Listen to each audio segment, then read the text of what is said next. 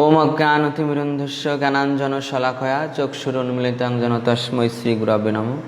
जय श्रीकृष्ण चैतन्य प्रभु नित्यानंद श्री अद्वैत गदाधर शिवासादि गौर भक्तवृंद। हरे कृष्ण कृष्ण कृष्ण हरे हरे, हरे राम राम राम हरे हरे। भक्तिशास्त्री क्लासेर जे open book रयेछे अर्थात प्रोजेक्ट पेपर, सेई प्रोजेक्ट पेपारे आमरा आलोचना करब। आमादेर आजकेर आलोचनार विषय होच्छे जे पार्सोनाल एप्लीकेशन बा व्यक्तिगत प्रयोग। तो प्रथम यूनिटे व्यक्तिगत प्रयोग आछे तीनटी। प्रथम यूनिटे व्यक्तिगत प्रयोग आछे तीनटी। तो तीनटिर मध्य प्रश्न नम्बर 3, प्रश्न नम्बर 4 एवं प्रश्न नम्बर 7 এই তিনটি ব্যক্তিগত প্রয়োগ আছে। তা আমরা প্রথমে এই তিনটি ব্যক্তিগত প্রয়োগ একসঙ্গে আমরা অনুধাবন করার চেষ্টা করব যে কিভাবে এটি লিখতে হবে। ব্যক্তিগত প্রয়োগমূলক প্রশ্ন কিভাবে আপনি অ্যানসার করবেন। হরে কৃষ্ণ। তো 3 নম্বর প্রশ্নে বলা হচ্ছে যে ভগবদ গীতার দ্বিতীয় অধ্যায়ের 6 থেকে 11 শ্লোকে, এই শ্লোক অনুসারে অর্জুনের উভয় সংকট থেকে যে মূলনীতি পাচ্ছেন তা আপনার কৃষ্ণ চেতনার অভ্যাসে কেমনভাবে প্রযোজ্য বলে মনে করছেন তা বর্ণনা করুন। ব্যক্তিগত প্রয়োগ। তো প্রথমে দেখুন, আমি গত ক্লাসেই বলেছিলাম যে সমস্ত প্রজেক্ট পেপারেই কি হবে, প্রথমে শুরুতেই ভূমিকা হবে। ভূমিকা, সমস্ত প্রজেক্ট পেপারের শুরুতেই আসবে ভূমিকা। তো এখানে ভূমিকাও লিখতে হবে, এখানেও ভূমিকা লিখতে হবে। তাহলে ভূমিকা এখানে কি আসবে? দ্বিতীয় অধ্যায়ের 6ষ্ঠ শ্লোক। তো দ্বিতীয় অধ্যায়ের 6ষ্ঠ শ্লোক বের করবেন।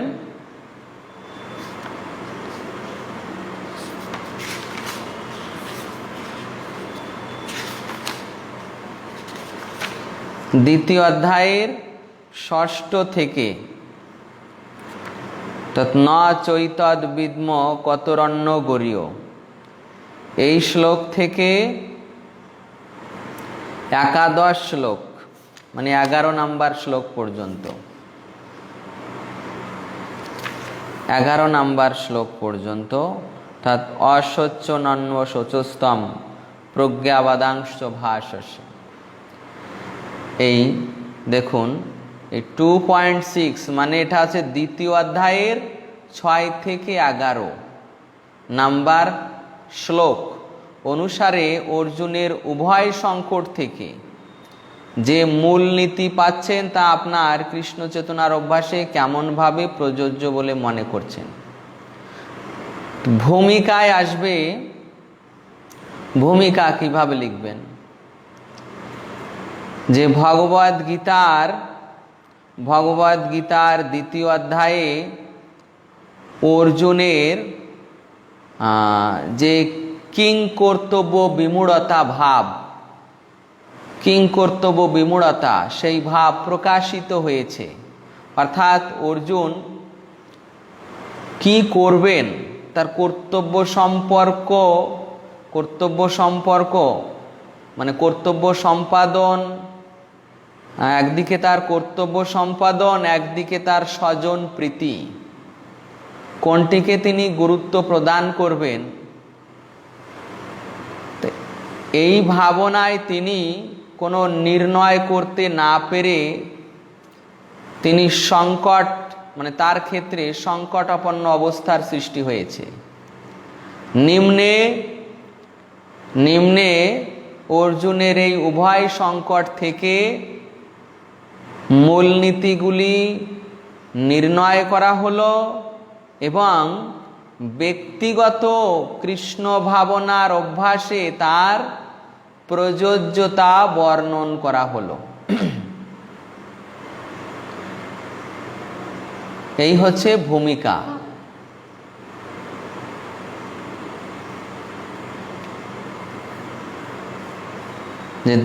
আবার শুনুন ভূমিকা। দ্বিতীয় অধ্যায়ের এই সাংখ্যযোগে উক্ত শ্লোক থেকে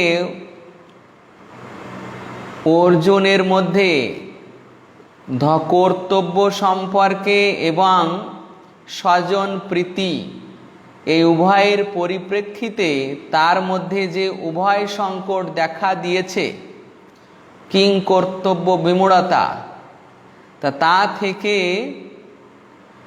এই উভয় সংকট থেকে যে মূলনীতি পায় তা নির্ণয় করা হলো এবং সেই মূলনীতির সাপেক্ষে ব্যক্তিগত কৃষ্ণ চেতনার অভ্যাসে তার প্রযোজ্যতা বর্ণন করা হলো। তো এইরকম সাজিয়ে লিখতে হবে এটাকে।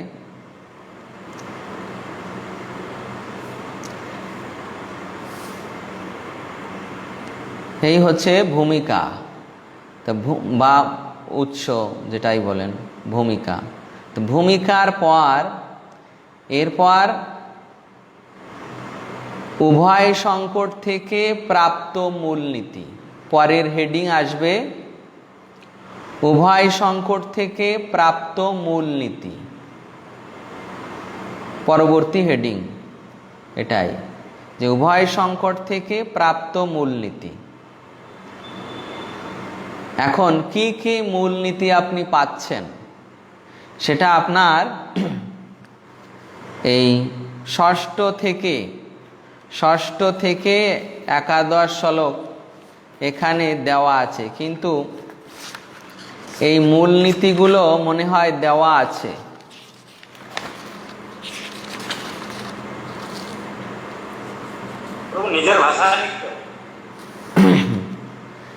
দেখুন এই মূলনীতিগুলো দেওয়া আছে। মূলনীতিগুলো কোথায় দেওয়া আছে?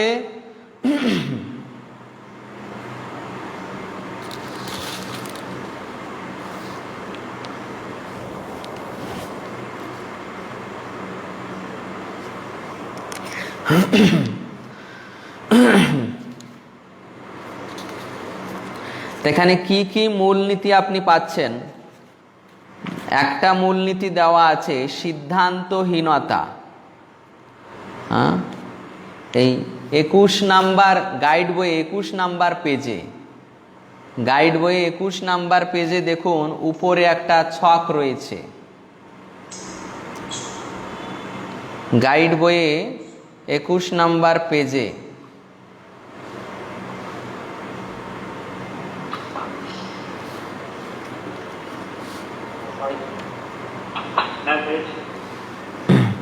এখানে একটা বিষয় আছে সিদ্ধান্তহীনতা।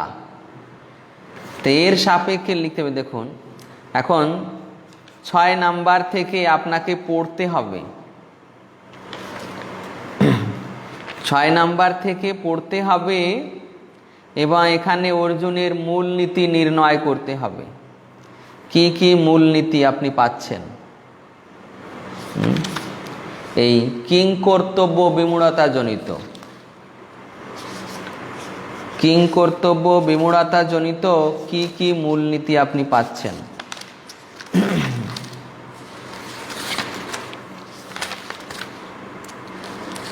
অর্জুনের উভয় সংকট থেকে যে মূলনীতি পাচ্ছেন, তা প্রথমে আপনাকে এই তাৎপর্য অধ্যয়ন করে এখান থেকে মূলনীতি, মূলনীতি মানে জেনারেল প্রিন্সিপাল, বুঝতে পেরেছেন? জেনারেল প্রিন্সিপাল যেটা আমি জিপি দিয়ে আপনাদের নির্দেশ করেছি কোনো কোনো শ্লোকে, জিপি অথবা জিআরও আছে, জেনারেল রুল। এইভাবে যেখানে এই মূলনীতি পেয়েছেন অর্জুনের উভয় সংকট থেকে, সেটা প্রথমে নির্ণয় করবেন এই 6 থেকে একাদশ শ্লোকে। তারপর যে মূলনীতিগুলো পাবেন সেই মূলনীতিগুলো দ্বারা পরবর্তী হেডিং আসবে ব্যক্তিগত ক্ষেত্রে প্রয়োগ। পরবর্তী হেডিং আসবে ব্যক্তিগত ক্ষেত্রে প্রয়োগ। ওই যে মূলনীতি আপনি নির্ণয় করলেন ওই মূলনীতির সাপেক্ষে এখানে আলোচনা করবেন যে আপনার এই রকম উভয় সংকটে এই মূলনীতির সাপেক্ষে আপনি কি কি কার্য করছেন কি কি কার্য করছেন। এই রকম উভয় সংকট এলে এই মূলনীতির সাপেক্ষে আপনি কি কি কার্য করছেন।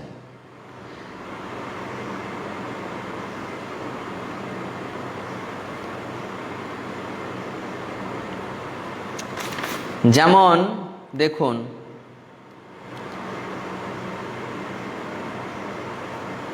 একটা মূলনীতি আমি বর্ণন করি, একটা মূলনীতি আমি বর্ণন করি।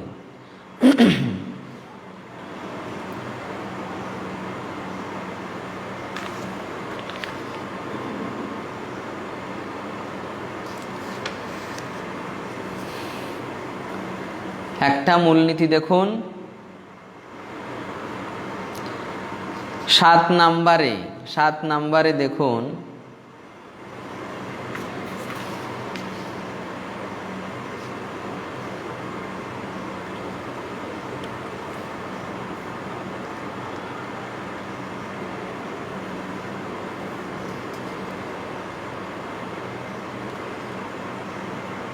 এই যে এখানে রয়েছে, আমি তোমার শিষ্য এবং সর্বতোভাবে তোমার শরণাগত।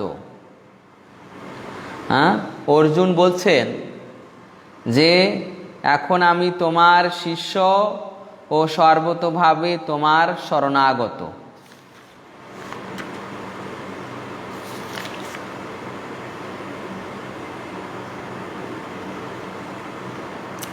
তো এই মূলনীতি আপনারা তাৎপর্য থেকেও নির্ণয় করতে পারবেন। যদি তাৎপর্যে এরকম রিলেটেড বিষয় থাকে তাহলে তাৎপর্য থেকেও নির্ণয় করতে পারেন। যেমন দেখুন 8 নম্বর শ্লোকে তাৎপর্যে শেষে আছে, 8 নম্বর শ্লোকে তাৎপর্যে শেষে আছে দেখুন।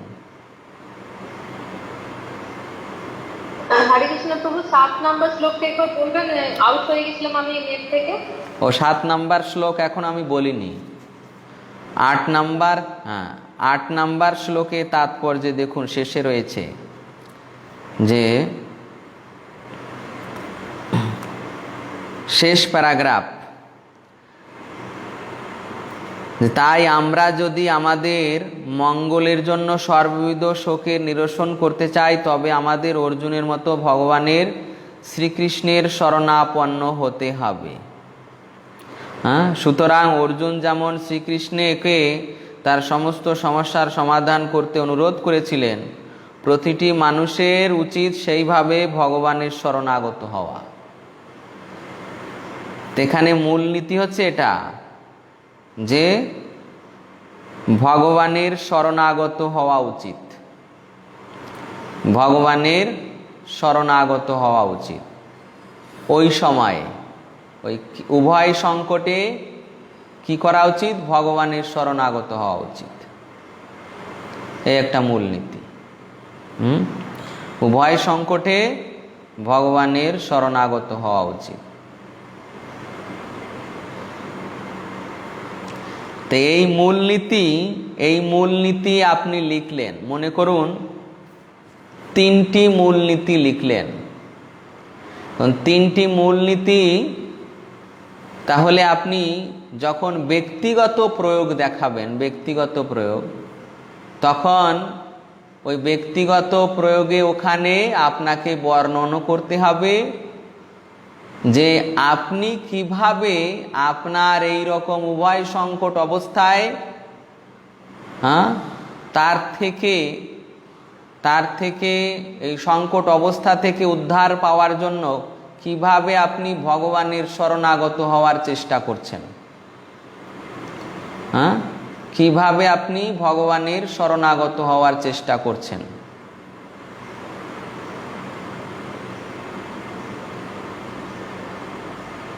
তো এই যে কিভাবে আপনি ভগবানের শরণাগত হওয়ার চেষ্টা করছেন, এখানে আপনাকে একটু ব্যাখ্যা করতে পারেন নিজের সম্বন্ধে যে আমি এইরকমভাবে যখন ভক্তি জীবনে আসিনি, তখন বিভিন্ন সমস্যার জন্য বিভিন্ন জনের কাছে আমি আমার প্রবলেম সলভ করার জন্য গিয়েছি, বিভিন্ন জনের শরণাগত হয়েছি, বিভিন্ন দেবদেবীদের শরণাগত হওয়ার চেষ্টা করেছি, দেবদেবীদের কাছে পূজা দিয়েছি, অনেক মানসিক করেছি আমার যেন এইটা সমাপ্ত, এই সমস্যা থেকে মুক্তি পাই, ও সমস্যা থেকে মুক্তি পাই, কিন্তু কোথাও কোনো কাজ হয়নি। তারপর এই কৃষ্ণ ভাবনামৃত সংস্থায় যোগদান করার পর আমি জানতে পেরেছি যে শ্রীকৃষ্ণই সকলের আশ্রয়, শ্রীকৃষ্ণই সকলের একমাত্র শরীর, তার চরণেই আশ্রয় গ্রহণ করতে হয়, তাহলে তিনি সমস্ত কিছু থেকে অভয় করে দেন। তা আমি এখন সর্বতোভাবে শ্রীকৃষ্ণের চরণে আশ্রিত হওয়ার চেষ্টা করছি, তার নাম গুণগান কীর্তন করার মাধ্যমে, তার সেবা করার মাধ্যমে, তার ভজন করার মাধ্যমে, তার সেবামূলক কার্যে নিজেকে নিয়োজিত রাখার মাধ্যমে আমি এখন সর্বতোভাবে তার শরণাগত হওয়ার চেষ্টা করছি। এইরকম একটা ব্যক্তিগত প্রয়োগ আসবে। এই কিভাবে ভগবানের শরণাগত হতে হয়, কিভাবে আপনি ভগবানের শরণাগত হয়েছেন, তো এইরকম একটা ব্যক্তিগত প্রয়োগ আসবে। এরপর আর একটা বিষয়ের উপর আপনাকে লিখতে হবে ওখানেই। যে মনে করুন আর একটা মূলনীতি পেলেন, তো সেই বিষয়ের সাপেক্ষে ওখানে আপনাকে এটা প্রয়োগ করতে হবে। আপনি আপনার ব্যক্তিগত জীবনে সেটাকে কিভাবে কাজে লাগালেন, আপনার ব্যক্তিগত জীবনে কিভাবে কাজে লাগিয়েছেন এবং এই উভয় সংকট থেকে আপনি উদ্ধার পেয়েছেন, সেটা আপনাকে ওখানে ব্যক্তিগতভাবে লিখতে হবে। বা উদ্ধার পাওয়ার চেষ্টা করছেন, সেটা আপনি ওখানে ব্যক্তিগতভাবে লিখবেন।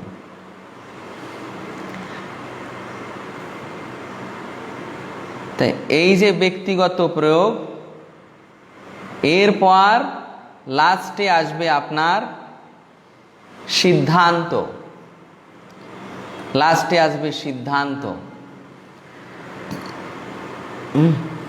তা মনে করুন এখানে তিনটি মূলনীতি, অন্তত পক্ষে তিনটি মূলনীতি আপনারা নির্ণয় করবেন। তিনটি মূলনীতি নির্ণয় করবেন এবং তা থেকেই ব্যক্তিগত প্রয়োগ আপনারা লিখবেন। আর শেষে আসবে মন্তব্য। এরকম হবে যে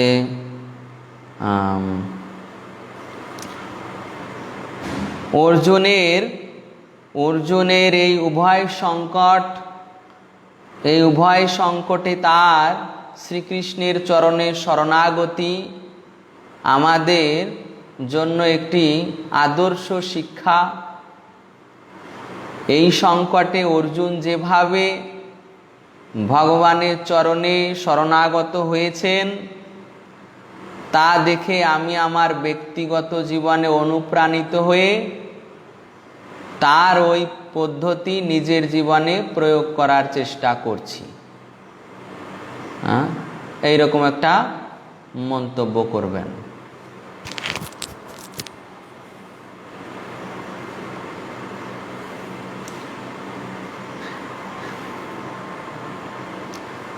এরপর চতুর্থ প্রশ্ন। চতুর্থ প্রশ্ন,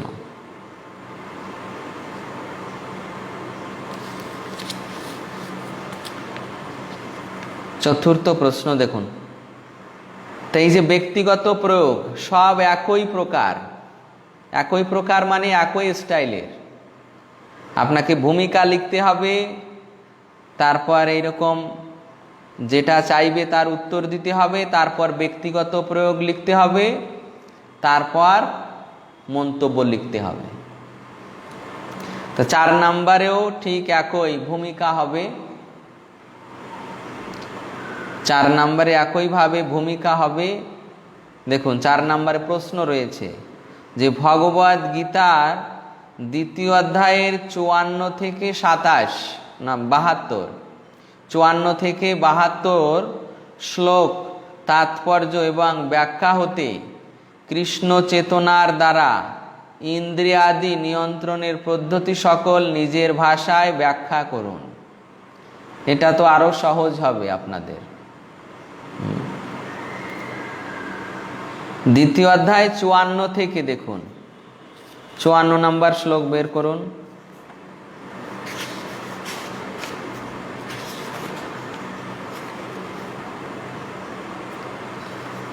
দ্বিতীয় অধ্যায় 54 থেকে 72, অর্থাৎ শেষ শ্লোক পর্যন্ত। এই শ্লোকের থেকে, এর তাৎপর্য থেকে এবং ব্যাখ্যা হতে কৃষ্ণ চেতনার দ্বারা ইন্দ্রিয়াদি নিয়ন্ত্রণের পদ্ধতি সকল নিজের ভাষায় ব্যাখ্যা করুন। এগুলি কিভাবে প্রাসঙ্গিক? এরপর প্রশ্ন রয়েছে কুরুক্ষেত্রের যুদ্ধক্ষেত্রে অর্জুনের অবস্থার ক্ষেত্রে, তারপর আপনার ব্যক্তিগত কৃষ্ণ ভাবনামৃত অনুশীলনের ক্ষেত্রে। তো প্রথমে ভূমিকা, প্রথমে আপনার ভূমিকা আসবে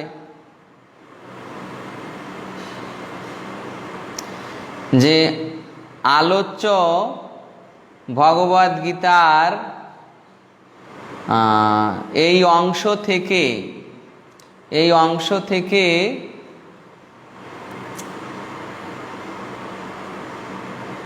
কৃষ্ণ চেতনার দ্বারা ইন্দ্রিয়াদি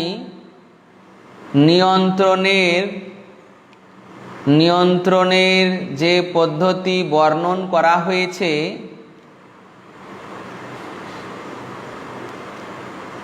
যে পদ্ধতি বর্ণন করা হয়েছে তা উল্লেখ করা হলো এবং ব্যক্তিগত ক্ষেত্রে তার প্রয়োগ দেখানো হলো। আলোচ্য ভগবদ গীতার 2য় অংশে, 2য় অধ্যায়ের উক্ত অংশে কৃষ্ণ চেতনার দ্বারা ইন্দ্রিয়াদি নিয়ন্ত্রণের যে পদ্ধতি বর্ণিত হয়েছে তা উল্লেখ করা হলো এবং ব্যক্তিগত ক্ষেত্রে তার প্রয়োগ বর্ণনা করা হলো। এই হচ্ছে ভূমিকা এরকম। এরপর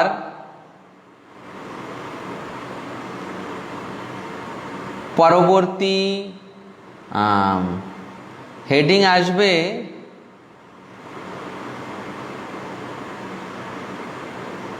কৃষ্ণ চেতনার দ্বারা ইন্দ্রিয়াদি নিয়ন্ত্রণের পদ্ধতি। কৃষ্ণ চেতনার দ্বারা ইন্দ্রিয়াদি নিয়ন্ত্রণের পদ্ধতি, কি পদ্ধতি আপনি পেয়েছেন?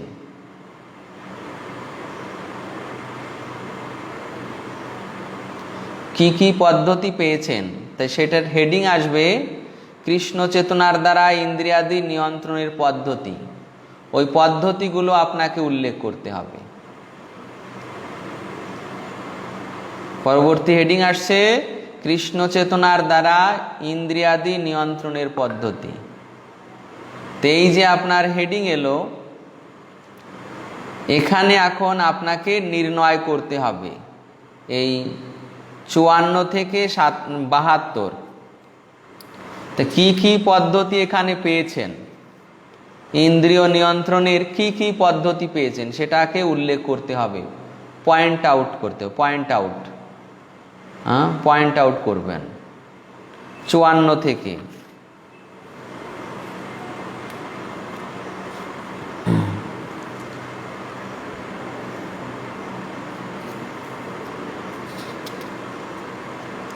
প্রভু এই প্রশ্নতে থার্ড চ্যাপ্টারে দেওয়া হয়েছে, তো ওটাও লিখবো? এই প্রশ্নটা থার্ড চ্যাপ্টারও দেওয়া আছে 3.4 to 8। প্রভু যে ইংলিশ হ্যান্ডবুক আছে ওখানে 2.54 to 68, তারপর 3.4 to 8 দেওয়া আছে। ও ইংলিশ, আচ্ছা এখানে দ্বিতীয় অধ্যায়ের 54 থেকে 72 মানে 54 থেকে 72 এটাই নিন আপনি। আচ্ছা ঠিক আছে, এটাই নিন। তা দেখুন এর মধ্যে একটা দৃষ্টান্ত আমি দিচ্ছি। হরে কৃষ্ণ।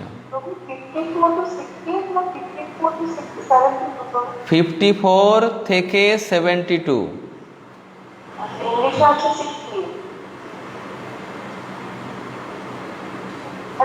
হরে কৃষ্ণ। তো 54 থেকে 72, তা দেখুন একটা উদাহরণ আমি দিয়ে দিচ্ছি, একটা উদাহরণ মানে একটা দৃষ্টান্ত, এই যে কৃষ্ণ চেতনার দ্বারা ইন্দ্রিয়াদি নিয়ন্ত্রণের পদ্ধতি, একটা দৃষ্টান্ত আমি দিচ্ছি। যেমন দেখুন এই যে পরম দৃষ্টা নিবর্ততে, 59 নাম্বার শ্লোকে রয়েছে যে পরম দৃষ্টা নিবর্ততে, উচ্চতর স্বাদ আস্বাদন করার ফলে বিষয় তৃষ্ণা থেকে চিরতরে নিবৃত্ত হওয়া যায়। পরম দৃষ্টা নিবর্ততে 59 নাম্বার। তাহলে এখানে পয়েন্ট আউট হবে এরকম, আপনি পরম দৃষ্টা নিবর্ততে লিখতে পারেন, লিখে এরকম লিখবেন যে উচ্চতর স্বাদ আস্বাদন করার ফলে বিষয় তৃষ্ণা থেকে চিরতরে নিবৃত্ত হওয়া যায়।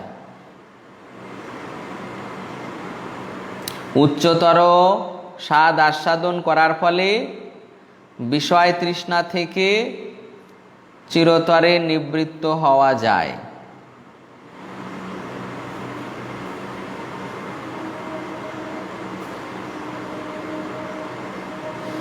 তেই একটা আমি পয়েন্ট আউট করে দিলাম। এরপর এখানে মনে করুন আপনারা 3টি বিষয় লিখবেন, এরকম 3টি বিষয়, অনেকটাই আছে, অনেকগুলোই আছে, আপনারা 3টি বিষয় লিখবেন। 3টি বিষয় লেখার পর নিজের ক্ষেত্রে, নিজের ব্যক্তিগত জীবনে যে আপনি এই বিষয়ের দ্বারা, যেমন এই উচ্চতর স্বাদ আস্বাদন করার ফলে বিষয় তৃষ্ণা থেকে মুক্ত হওয়া, তা আপনি কিভাবে ব্যক্তিগত জীবনে উচ্চতর স্বাদ আস্বাদন করছেন ব্যক্তিগত জীবনে। যেমন আমি মনে করুন ভগবানের কীর্তন শ্রবণ করি, শুদ্ধ ভক্তদের শ্রীমুখে ভগবানের কীর্তন শ্রবণ করি, এর প্রভাবে আমি পূর্বে যে হিন্দি ফিল্মের মানে হিন্দি গানের প্রতি মনে করুন আমার খুব আকর্ষণ ছিল, তার থেকে মুক্ত হওয়ার জন্য আমি এই হরে কৃষ্ণ মহামন্ত্র কীর্তন শ্রবণ করছি। তারপর মনে করুন যে খাবারের প্রতি, রাজসিক খাবারের প্রতি বা আমিষ জাতীয় জীব হত্যা করে খাওয়ার প্রতি আমার অনেক লোভ ছিল, তা থেকে মুক্ত হওয়ার জন্য এখন আমি এই সুস্বাদু কৃষ্ণ প্রসাদ গ্রহণ করার চেষ্টা করছি। এই রকমভাবে আমি আমার ব্যক্তিগত জীবনে বিষয় তৃষ্ণা থেকে মুক্ত হওয়ার চেষ্টা করছি। এইরকম ব্যক্তিগত ক্ষেত্রে আসবে প্রয়োগ।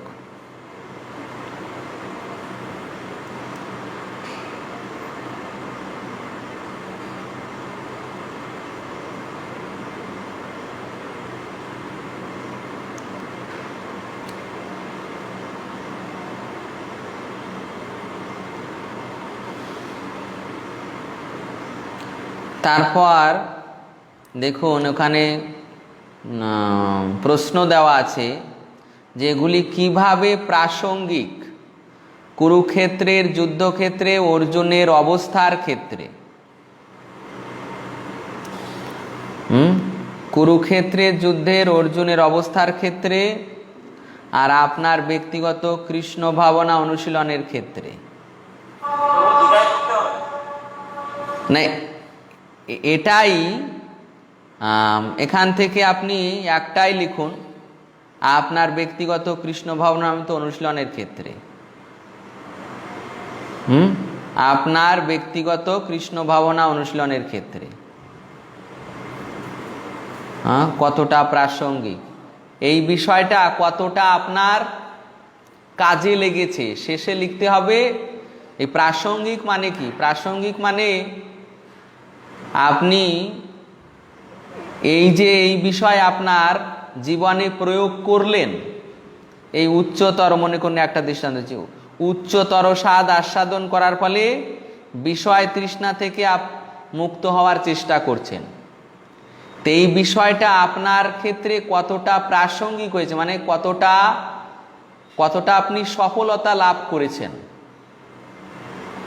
কতটা আপনি সফলতা লাভ করেছেন যে উচ্চতর বিষয় থেকে বিষয় লাভ করার ফলে আপনি বিষয় তৃষ্ণা থেকে মুক্ত হয়েছেন।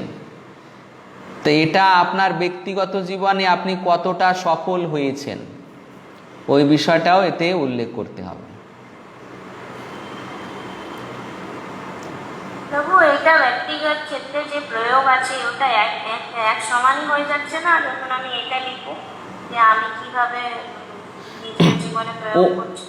ওটার ভিতরই ওই একই হেডিংয়ে আসবে। একই হেডিংয়ের শেষে যখন এক একটা প্রয়োগ আপনি লিখছেন তখন শেষেই ওটাকে আপনার ওখানেই ব্যাখ্যা করতে হবে, ওখানেই বর্ণন করতে হবে যে উচ্চতর স্বাদ আস্বাদন করার ফলে আমি আমার ব্যক্তিগত জীবনে লক্ষ্য করছি যে আমি নিকৃষ্ট বিষয় থেকে সফলতার সহিত এই নিকৃষ্ট বিষয়কে ত্যাগ করতে সক্ষম হচ্ছি। আমার মনে আর ওই নিকৃষ্ট বিষয় আসছে না, বা আমি ওই বিষয়গুলো ভোগ করার প্রতি আমি আর লালায়িত হচ্ছি না। ওই পয়েন্টের ভিতরে লিখতে, ওই হেডিংয়ের ভিতরে শেষে লিখতে হবে। প্রভু 3-4 লাইন লিখতে হবে? হ্যাঁ, হবে। এরপর লাস্টে সেই একই নিয়ম, উপসংহার বা মন্তব্য, কনক্লুশন। যে আলোচ্য ভগবদ গীতার 2য় অধ্যায়ের তাৎপর্য থেকে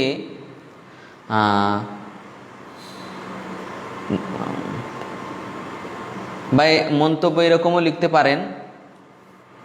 মনে করুন যে ইন্দ্রিয় নিয়ন্ত্রণের, এরকম উপসংহার, ইন্দ্রিয় নিয়ন্ত্রণের প্রকৃত পন্থা হচ্ছে কৃষ্ণ চেতনা, কৃষ্ণ চেতনায় উদ্ভূত হওয়া। ইন্দ্রিয়াদি সংযমের প্রকৃত পন্থা হচ্ছে এই কৃষ্ণ ভাবনায় যুক্ত হওয়া। এবং আমি আমার ব্যক্তিগত জীবনে এই কৃষ্ণ ভাবনায় যুক্ত হওয়ার মাধ্যমে আমি আমার ব্যক্তিগত ক্ষেত্রে ব্যক্তিগত ইন্দ্রিয়গুলিকে নিয়ন্ত্রণ করার চেষ্টা করছি।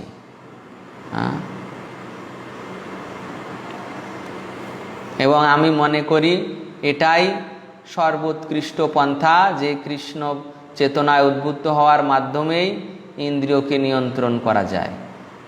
এইরকম। হরে কৃষ্ণ। হরে কৃষ্ণ। বলছি দ্বিতীয় অধ্যায় সাংখ্যযোগ কয় থেকে শুরু হবে?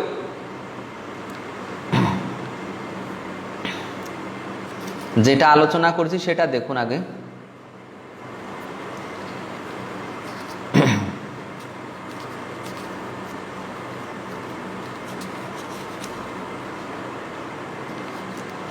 এরপর সপ্তম শ্লোক, মানে সপ্তম প্রশ্ন।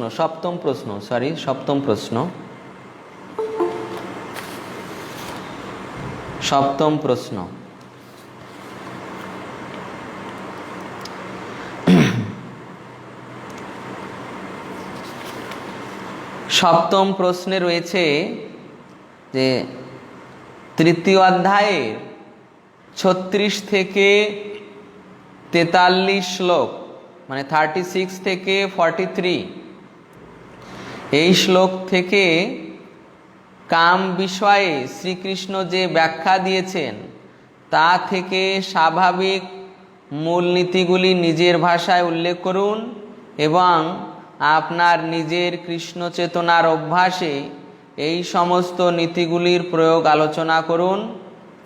উপরে উল্লিখিত শ্লোকাবলী থেকে কিছু সংস্কৃত শব্দ এবং শব্দ সমষ্টি এবং তাৎপর্য থেকে উপমা উল্লেখ করুন।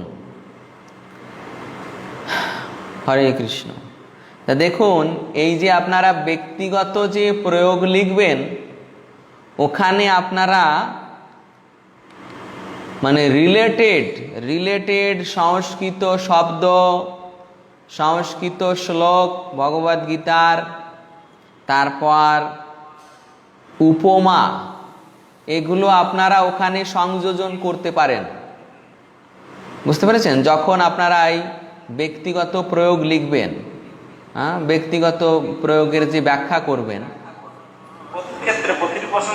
হ্যাঁ, প্রতিটি প্রশ্নের ক্ষেত্রে, প্রত্যেকটি প্রশ্নের ক্ষেত্রে, প্রত্যেকটি প্রশ্ন, এগুলো হচ্ছে অলংকার, এগুলো হচ্ছে এক একটা প্রজেক্টের অলংকার। বুঝতে পেরেছেন? হ্যাঁ, এগুলো হচ্ছে অলংকার দিয়ে সাজানো। এই সংস্কৃত শব্দ, তারপর উপমা, তারপর এই শ্লোক, এগুলো হচ্ছে ওই যে প্রজেক্ট তৈরি করলেন, প্রজেক্টের অলংকার। যখন টিচারেরা দেখবে যে আপনি অলংকার দিয়ে সাজিয়েছেন, তখন প্রসন্ন হবে এবং এক্সিলেন্ট মার্কিং করবে, এক্সিলেন্ট। আর যদি এগুলো না দেন, তখন ওই সাধারণভাবে শুধু টিক দিয়ে যাবে, তাদের আর কোনো ইন্টারেস্ট থাকবে না। হরে কৃষ্ণ। সপ্তাহে তো 250 থেকে 300 ওয়ার্ডের মধ্যে, হ্যাঁ, মানে লেখা তো যাচ্ছে, বেশি তো লেখাই যাচ্ছে না, মানে ইচ্ছে অনেক লেখা, কিন্তু লেখা যাচ্ছে না। অনেক লেখা যাবে না তো, অনেক লেখা যাবে না, একটু যদি বেশি হয়ে যায়, অনেক লেখা যাবে না, কেননা হ্যাঁ, অনেক লেখা যাবে না, সংক্ষেপে লিখতে হবে। হ্যাঁ, সংক্ষেপে লিখতে হবে, কেননা এখন থেকে অভ্যাস না করলে এরপর যারা আছে তারা তো একটু কঠোর। বুঝতে পেরেছেন?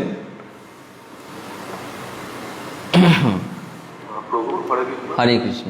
যদি কোনো শ্লোকের উদাহরণ দেওয়া হয়, সেই শ্লোকগুলো কি ওয়ার্ড কাউন্টের মধ্যে চলে আসে? হ্যাঁ, শ্লোকগুলো কিভাবে লিখবেন দেখুন। শ্লোকগুলো যখন লিখবেন, পুরো শ্লোকটা লিখবেন না, ওই শ্লোকের প্রথম অংশটা লিখবেন, যেমন দেখুন, আমি একটি শ্লোক দেখাচ্ছি, দেখুন দ্বিতীয় অধ্যায়ের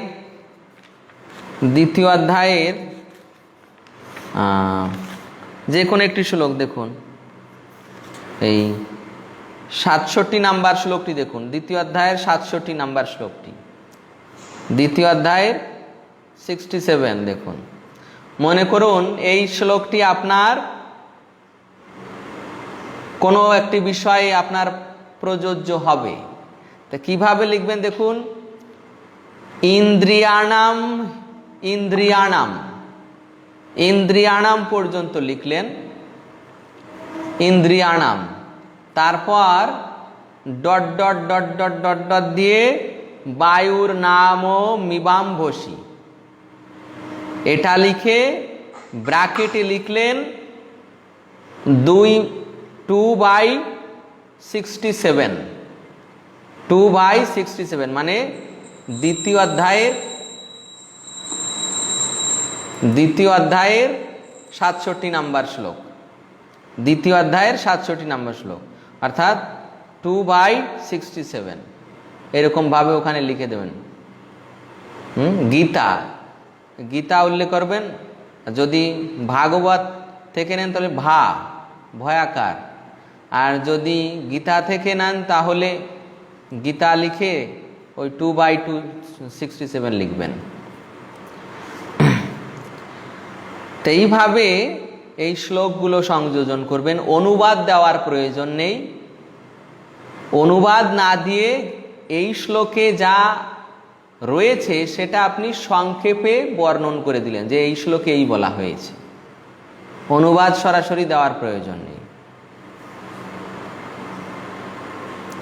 তারপর সংস্কৃত শ্লোক দিলেন।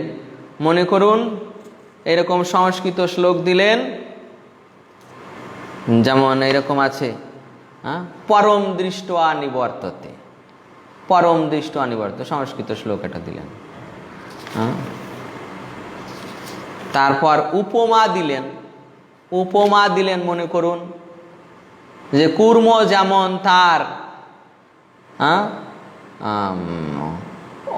বিপদ দেখলে অঙ্গগুলো তার অঙ্গের মধ্যে ঢুকিয়ে নেয়, ঠিক তেমন ভগবত ভক্ত প্রয়োজনে তার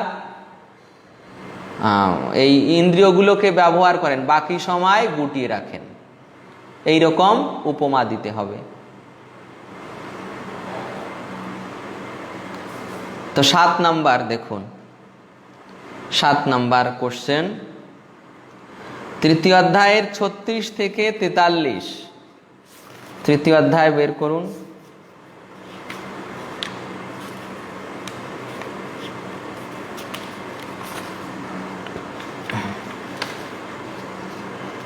তৃতীয় অধ্যায় 36 থেকে 43 মানে 43। এই শ্লোক থেকে কাম বিষয়ে শ্রীকৃষ্ণ যে ব্যাখ্যা দিয়েছেন তা থেকে স্বাভাবিক মূলনীতি নিজের ভাষায় উল্লেখ করুন। তো প্রথমে ভূমিকা, ভূমিকায় লিখবেন যে আলোচ্য অংশে ভগবান শ্রীকৃষ্ণ কাম বিষয়ে যে মূলনীতি প্রদান, কাম বিষয়ে যে ব্যাখ্যা দিয়েছেন তা থেকে মূলনীতি নির্ণয় করা হলো এবং ব্যক্তিগত কৃষ্ণ চেতনার অভ্যাসে এই নীতিগুলির প্রয়োগ আলোচনা করা হলো। ব্যাস এটুকুই। আবার শুনুন ভূমিকা, যে আলোচ্য ভগবদ গীতার অংশ থেকে আলোচ্য ভগবদ গীতার অংশে ভগবান শ্রীকৃষ্ণ কাম বিষয়ে যে ব্যাখ্যা প্রদান করেছেন তা থেকে মূলনীতিগুলি নির্ণয় করা হলো এবং ব্যক্তিগত কৃষ্ণ চেতনার অভ্যাসে এই নীতিগুলি প্রয়োগ আলোচনা করা হলো। এটুকুই।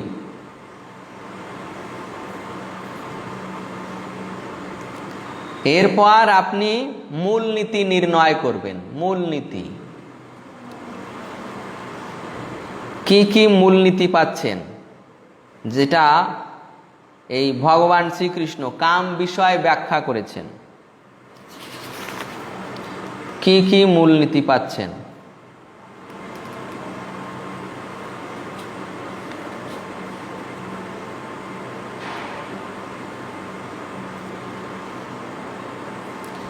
এখানে আপনি তাৎপর্য থেকেও এটা নির্ণয় করতে পারবেন।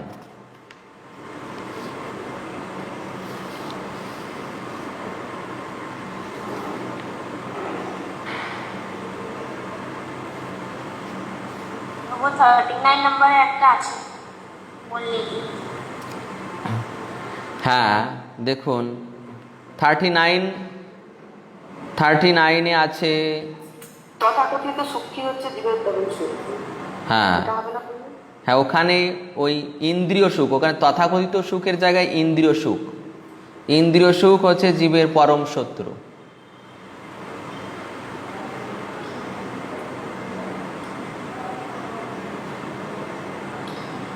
তারপর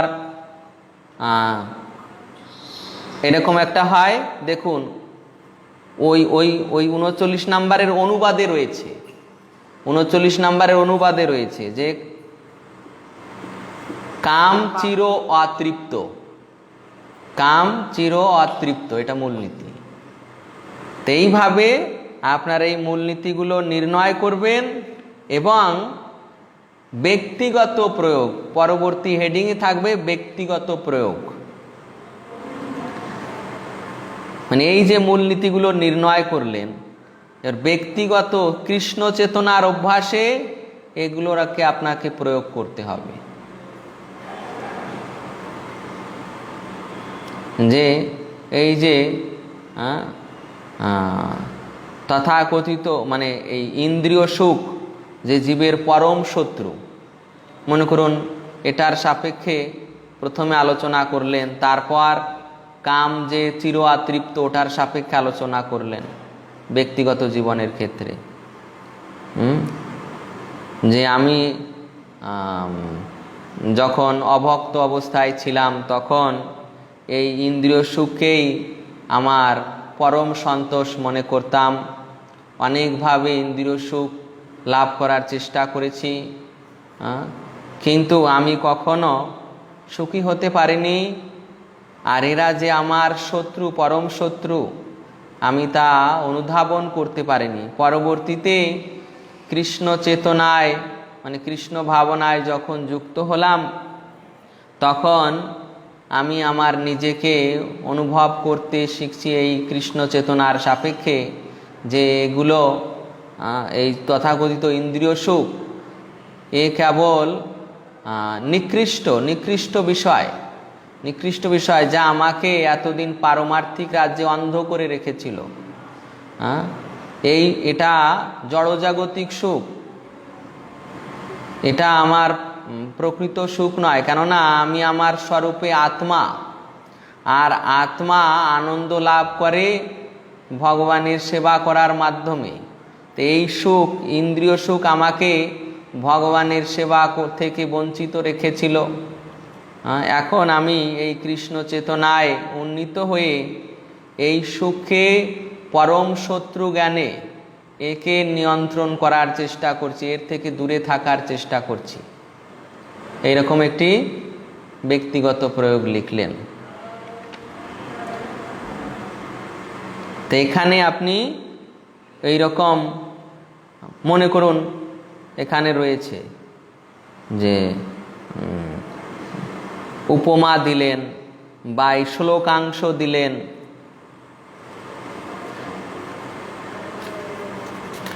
কামাত ক্রোধ বিজায়তে, মনে করুন এই ব্যাখ্যায় একটি শ্লোকাংশ দিলেন, কামাত ক্রোধ বিজায়তে, কাম থেকে ক্রোধের উৎপত্তি হয়। তা আমার জীবনে এইভাবে যখন আমি কাম উপভোগ করতে গিয়ে বাধাপ্রাপ্ত হয়েছি, তখন আমার মনে ক্রোধের সঞ্চার হয়েছে। তো এটা আমার পারমার্থিক দিক দিয়ে অবনতি। তো এইভাবে এরকম শ্লোকাংশ, তার উপমা দিতে পারেন। উপমা যেমন ঘি ঢেলে কখনো আগুনকে নেভানো যায় না, তেমন কাম উপভোগের দ্বারাও কামের কখনো নিবৃত্তি হয় না। এরকম উপমা দিতে পারেন।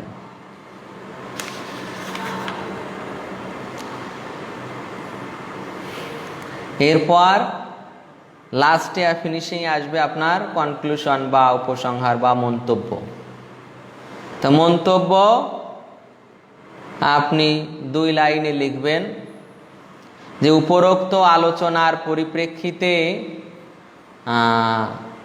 আমি এটা নির্ণয় করতে পারি যে, বা আমি নির্ণয় করেছি যে ভগবান এই যে ব্যাখ্যা প্রদান করেছেন, যে মূলনীতি প্রদান করেছেন, তা আমার ব্যক্তিগত জীবনে তা ব্যক্তিগত গুরুত্বপূর্ণ প্রভাব বিস্তার করেছে এবং ভগবানের সেই মূলনীতির আলোকে আমি আমার জীবনকে সংশোধন করার চেষ্টা করছি। হরে কৃষ্ণ।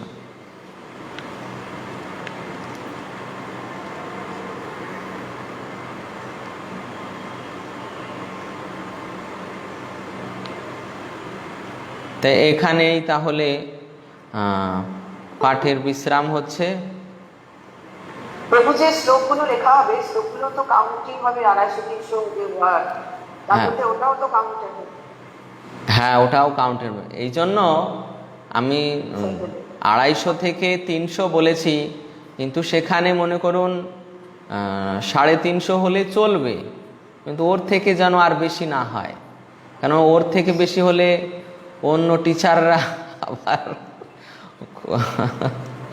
একটু অসুবিধা বোধ করবে। হরে কৃষ্ণ।